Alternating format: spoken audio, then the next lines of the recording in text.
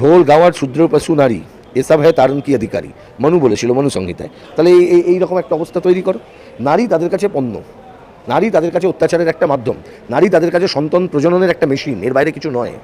মণিপুরের কাণ্ডর পর একেবারে প্রধানমন্ত্রী নরেন্দ্র মোদী একবার চুপ থাকার মতো, খুব অল্প সময় কথা না বললে হয় বলেছে।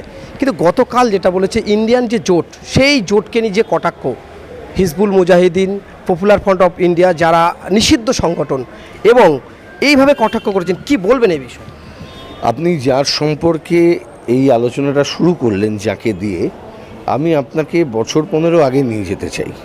বছর 15-20 আগে যখন গুজরাট জ্বলছিল, গুজরাটের দাঙ্গা হচ্ছিল, তখন আমাদের সুপ্রিম কোর্ট একজন ব্যক্তি সম্পর্কে বলেছিলেন যে নেরো যখন বেহালা বাজাচ্ছিল, রোম তখন পুড়ছিল। ঠিক উল্টোভাবে বললে, রোম যখন পুড়ছিল, সম্রাট নেরো তখন বেহালা বাজাচ্ছিল। আর সেই ঘটনাটা ছিল গুজরাট দাঙ্গার পরিপ্রেক্ষিতে সুপ্রিম কোর্টের মন্তব্য। আমরা দেখেছি গুজরাট দাঙ্গা যখন হয়েছিল, তখন সেই সময়কার প্রধানমন্ত্রী ছিলেন একই দলের অটল বিহারী বাজপেয়ী। তিনিও বলেছিলেন রাজধর্ম পালন করার জন্য মুখ্যমন্ত্রীকে বলছি, আমার কথা নয়। আজকে দাঁড়িয়ে তখন আমাদের দেশের মুখ্যমন্ত্রী, গুজরাটের মুখ্যমন্ত্রী নরেন্দ্র মোদী আজকে দেশের প্রধানমন্ত্রী হয়েছে।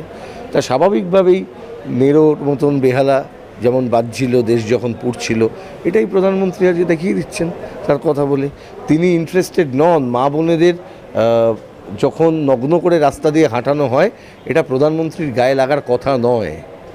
প্রধানমন্ত্রী কি করে বুঝবেন মা বোনেদের সম্মানের মানে?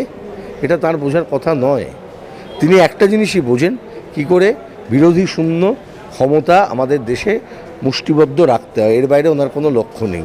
আসলে এই প্রক্রিয়াটা তাদের রাজনীতিরই প্রতিফলন, যে রাজনীতিটা হচ্ছে যে হিন্দুত্বের রাজনীতি, এর সাথে হিন্দু ধর্মের কোনো সম্পর্ক নেই। এই রাজনীতি হচ্ছে আধিপত্যবাদের রাজনীতি। আধিপত্য মানে যার পয়সা আছে, যার ক্ষমতা আছে, সে থাকবে। ব্রাহ্মণতন্ত্র, মনুবাদ চাপিয়ে দাও। ঢোল গাওয়ার শূদ্র পশু নারী এসব হ্যায় তারণ কি অধিকারী, মনু বলেছিল মনু সংহিতায়। তাহলে এই রকম একটা অবস্থা তৈরি করো। নারী তাদের কাছে পণ্য, নারী তাদের কাছে অত্যাচারের একটা মাধ্যম, নারী তাদের কাছে সন্তান প্রজননের একটা মেশিন, এর বাইরে কিছু নয়। আপনি কি সেই মনে করেন? নারীকে কি শুধুমাত্র সন্তান প্রজননের একটি যন্ত্র মনে করেন? করেন না তো। আমাদের দেশের সংবিধান কি তা মনে করে? করে না। আমাদের সংবিধানে পুরুষ নারী দুজনের সমান অধিকার আছে। কিন্তু প্রধানমন্ত্রীরা যে দর্শনে বিশ্বাস করেন, রাজনৈতিক দর্শন, সেই রাজনৈতিক দর্শনে নারী হচ্ছে সন্তান প্রজননের যন্ত্র। সুতরাং তাদেরকে সেইভাবেই ট্রিট করা যায়। আর তারপর সংখ্যালঘু, তারপর যারা জাতিবিদ্বেষের শিকার, দাঙ্গার শিকার, আসলে দাঙ্গাগুলো তারা বাঁচিয়ে রাখতে চান। আজকে মণিপুরের আগুন মিজোরামে লাগছে, উত্তর পূর্ব ভারতে লাগবে। দাঙ্গা লাগলে কার সুবিধে হয় বলুন তো? দাঙ্গা শব্দটা একটা শুনতে লাগে, দেখলেই মনে হয় যেন একটা টুপি পরা লোক, একটা গেরুয়া পরা লোক মিলে মারপিট করছে। আচ্ছা তুলে দিন, ভুলে যান গেরুয়া আর টুপি, এ দুটো বিষয়কে ভুলে যান। আসলে কি ঘটছে? মারপিট হচ্ছে। মারপিট হলে কি একজন মার খাচ্ছে, আরেকজন মারছে, অথবা উল্টোটা হচ্ছে, লুট হচ্ছে। কে মরছে? বড়লোক হিন্দু মরছে? বড়লোক মুসলমান মরছে? না, গরিব হিন্দু মরছে, গরিব মুসলমান মরছে। আমেদাবাদ যদি যান তাহলে পরিষ্কার দেখবেন আমেদাবাদের দুটো অংশ আছে, একটা নিউ আমেদাবাদ, একটা ওল্ড আমেদাবাদ। এই নিউ আমেদাবাদ যদি আপনি সেখানে যান, সেখানে বড় বড় মানে বিরাট বিরাট গগনচুম্বী বাড়ি, সেখানে হিন্দুও থাকে, মুসলমানও থাকে। কিন্তু গরিব হিন্দু থাকতে পারে না, গরিব মুসলমানও থাকতে পারে না।